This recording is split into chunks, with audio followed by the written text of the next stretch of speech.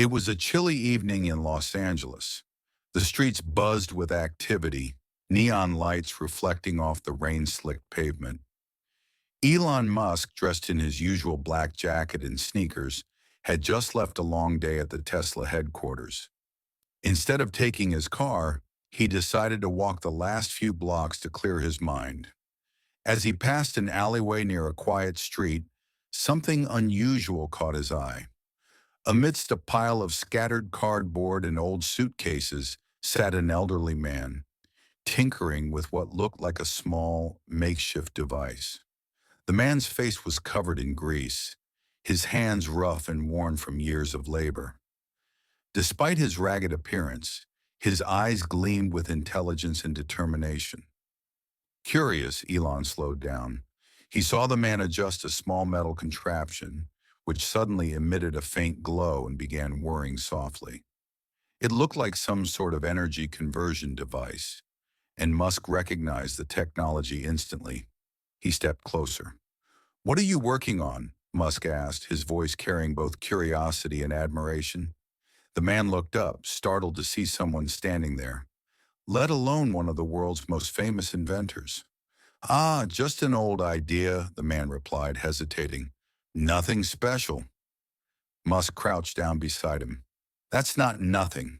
That's a micro-energy converter, isn't it? Where did you learn to build this?" The old man hesitated, then sighed. "Name's Henry Caldwell. I used to be an engineer, decades ago. Worked on renewable energy solutions before. Well, life happened. Lost my job, lost my home. But I never stopped building." Musk examined the device closely. It was crude, built from scrap metal and old electronics, but the concept was revolutionary. "This could be a game changer for portable energy storage," he said, impressed. Henry chuckled bitterly. "Maybe, but it's not like I have a lab to refine it." Musk was silent for a moment, then stood up. "Come with me." Henry blinked. "Excuse me?" "Come with me. I have a fully equipped lab at SpaceX. If this works the way I think it does, you just might be sitting on a breakthrough." Henry hesitated, but something in Musk's voice told him this wasn't a joke. For the first time in years, he felt something stir inside him. Hope. An hour later, Henry found himself standing inside a gleaming high-tech lab, surrounded by equipment he hadn't touched in decades.